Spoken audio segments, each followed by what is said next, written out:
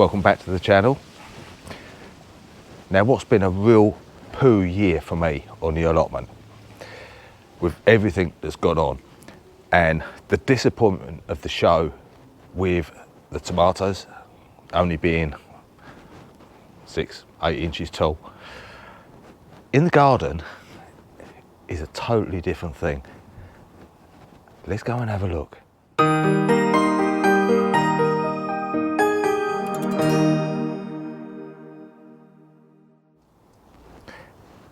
Now, I must say, this sun out here today is absolutely gorgeous. We had one day of really bad rain a couple of days ago, but that's the first day of full rain we've had for a couple of months. But the outdoor tomatoes in the garden seem to be loving it. They're all coming on really well.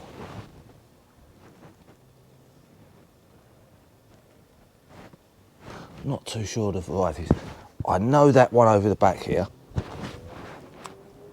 is, oh, what is it? I'll put the name below. It's escaped me. But yeah, these,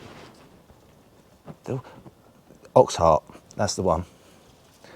The ox hearts, they're doing very well.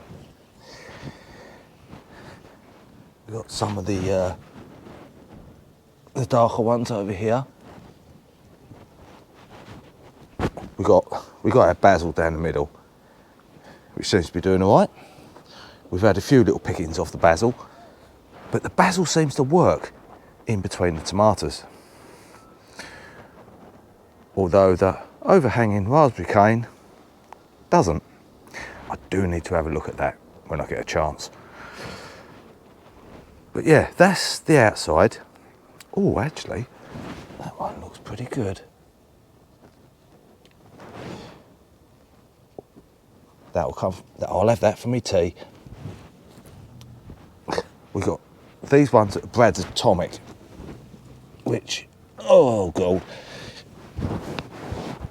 this one's had a nibble. Look. Oh, and that one. I'm gonna have to try and support these somehow. Oh, actually, that's a double one. Okay, I may have to leave that on there. I'll have to try and support that somehow. I'll have a look at that in a minute. Right, let's get rid of these. Beans, absolute disaster. Totally infested with black fly. Don't know what to do. Got loads of flowers. This didn't pollinate. So, I'm just gonna leave what is there to go to seed. And we'll try again next year. We have got one of these up the back though. Never mind the spider's web, get out of it. Now these are one of these white beauties. And that's absolutely gorgeous, massive. It's still quite soft. So that's all good. As opposed to these, which I think were they Black Russian? I think they might have been Black Russian that I put in. I'll have to check the list. Which are absolutely solid. They don't have this come out the freezer. If anyone knows why tomatoes go really, really hard, I think it can't be a shortage of water, because they've been watered every day. So if anyone knows why tomatoes go hard like that, let us know in the comments below. So with bowl in hand, let's go in the greenhouse and do some picking. Now some of these we've had a bit of a disaster with, but not many. On the whole, 90% have been absolutely brilliant. Right, let's come down here. Now, this one at the back here, which is a mini belt, which is good. Now, so I'm going to have a load of these because they don't need to be on the plant, and the plant is starting to die off. and I don't need seeds from them. Now some of these in the greenhouse, I'm going to keep the seeds for next year. I'm not sure if they're F1. If they are, they may not come true. But a little tip, with tomatoes, you don't need to leave them on there until they go completely red. When they get into the stage of turning, take them off, because the plant shuts down and it ripens naturally. I learnt that the other day. See, you're always learning. So, money maker here. We've got a few on there, so we're going to have these off. We don't need seeds from them because they're readily available. But the ones I am going to keep the seeds from, I'll pick them the same, but I just won't put them in the bowl. I'm going to do something a little bit different. There you go. What we got down there? One of them, and the label's gone. T6. I can't remember what T6 was. I'll have to have a look. I can be such a pillock sometimes. T6, Crimson Crush. Let's have a couple of them off. They are absolutely beautiful. Skins are nice and thick, and they're holding in all the juice, all the meat. Oh, that is gorgeous.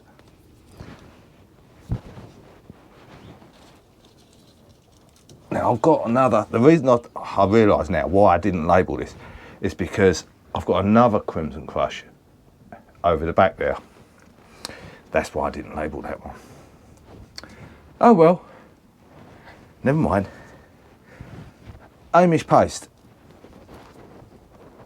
I've got a couple up there, but they don't look like Amish paste. They look more like a Tigerella. Tigerella? Yeah. So I'm not sure if they got labelled up a bit wrong. We'll have to wait and find out. Down here, Ace 55. Again, doing very well. Not massive trusses, but we're getting a few on now. We seem to have a lot of flowers up the top here that have started forming, which I need to take off because they're not going to do anything now. It's too late. But we also have had flowers that have formed, but no tomatoes formed, which is very interesting. Now in the second bed, we've got one that I don't know where the label's gone. I don't know if someone's dug it up, but the plant's dying off. I'm gonna have these off. I don't know what they could be. I really don't. They've got no idea. But I'm going to take these off because it's the only three that I've got on there. So I'm going to take them off, see if I can ripen them indoors, and I'll just get rid of the plant. Up the back here, Hawaiian pink. Now they started off a little bit, how should we say, odd and small.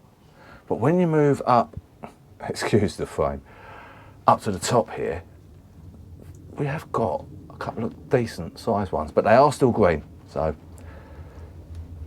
possibly turn over.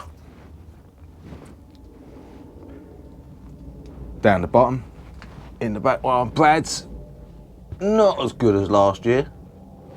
No, to be honest, nowhere near as good as last year, but we're still getting some. Now on the front here is a different kettle of fish. I had massive big flowers, like these big cluster flowers. Loads didn't do anything at all. Up here, and then I've got this. what the hell is that all about? It's like 3 tomatoes in one. Unbelievable. But the kids enjoy it and they find it funny. And actually, let's have a quick look. That's the only one. No, it is not. We've got a little one up the top. But these are funny little things. They had flowers, but they're not doing anything. Apart from that one that wants to do everything for the whole plant. Over here, we have our Dancing with Smurfs, which again haven't done that well, but they've done well considering the allotment. So they're nice. I'll probably save some seeds for them because I had trouble getting hold of the seeds this year. And what was that bit? That's the other Crimson Crush. There it is over the back. You can see in there. Let's try and get you over the back. These are gorgeous, absolute gorgeous. And we did take one off the plant yesterday, and it was lovely and warm.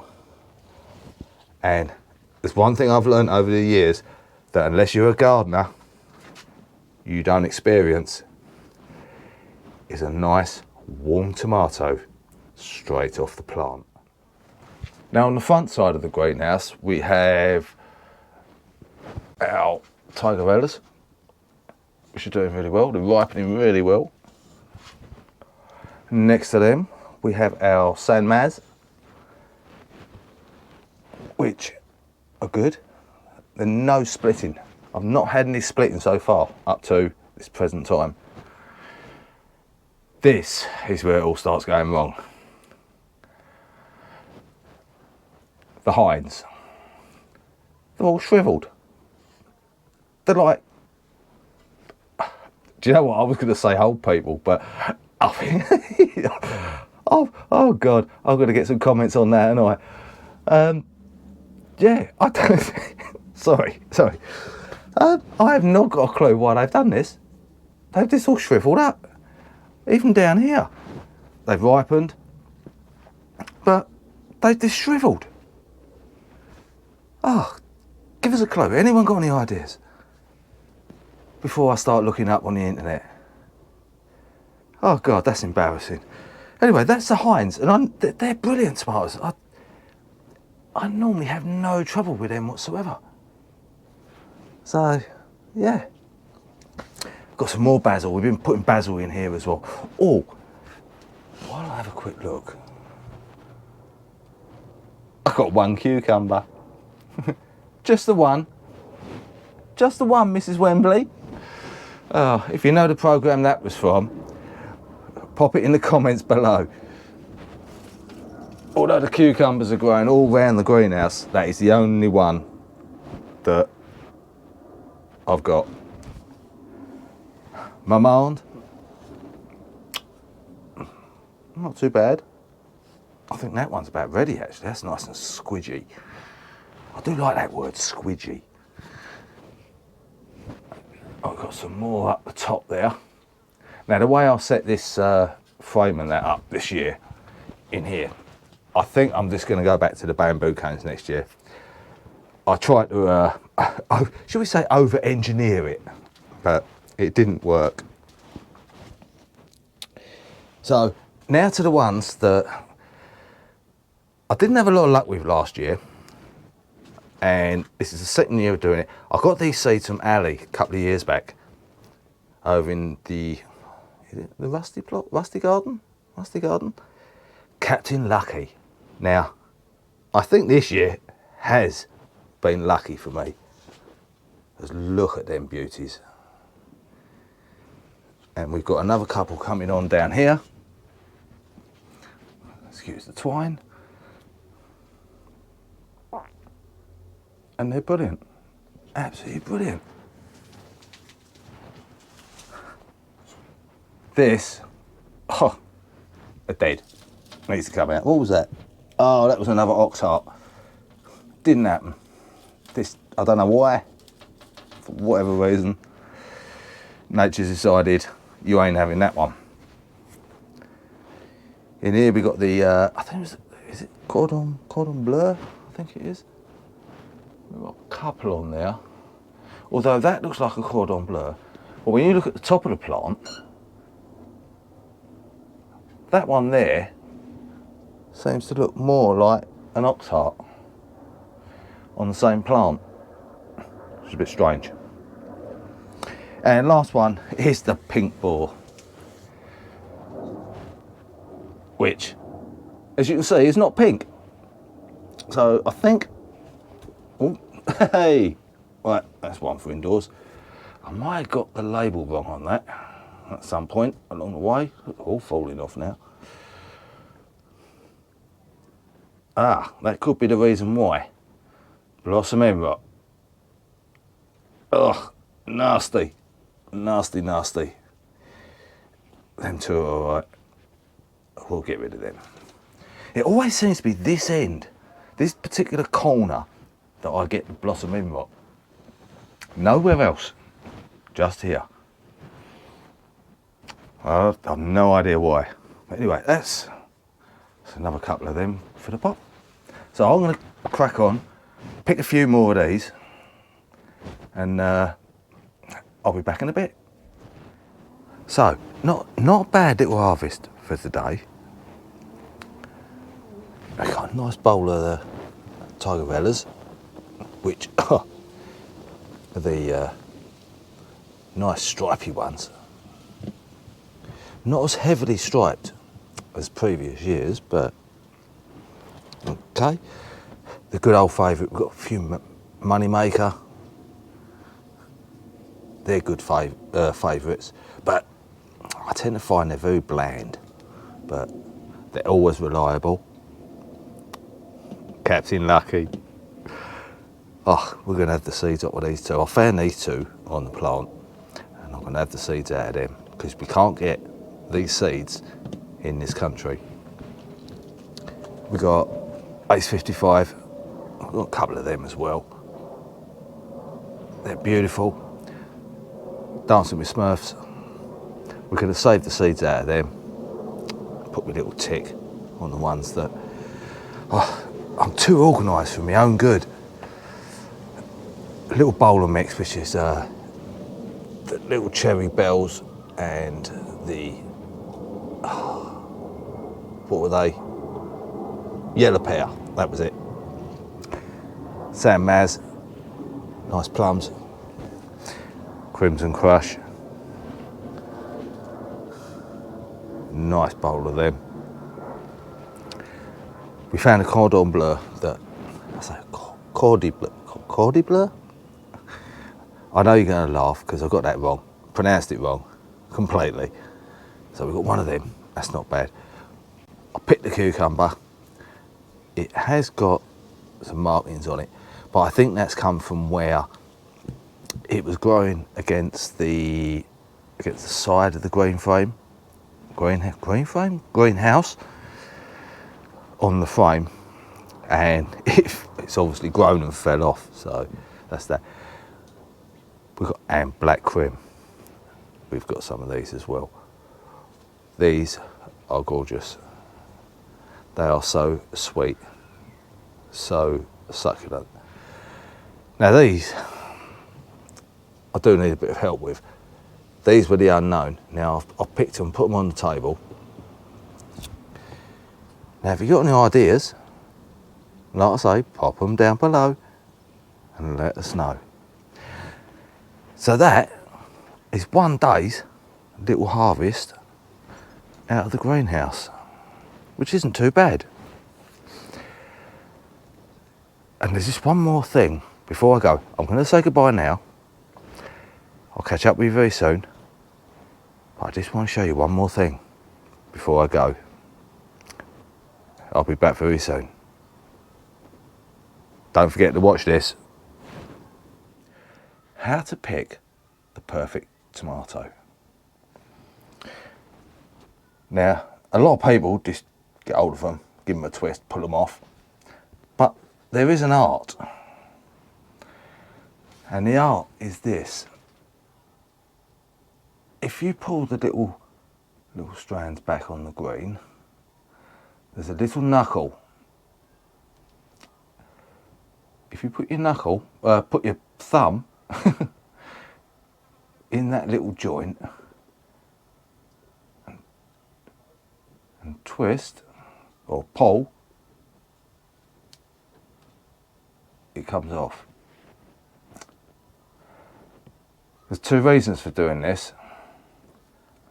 If you pull the tomato off and leave that bit on there, it will still feed. But if you snap it at that joint, it won't feed there. It will start feeding this one and this one and all the others that are on there. So that's my little tomato tip. Always break it at the knuckle. And that is the way to do it. Take care everyone. See you soon.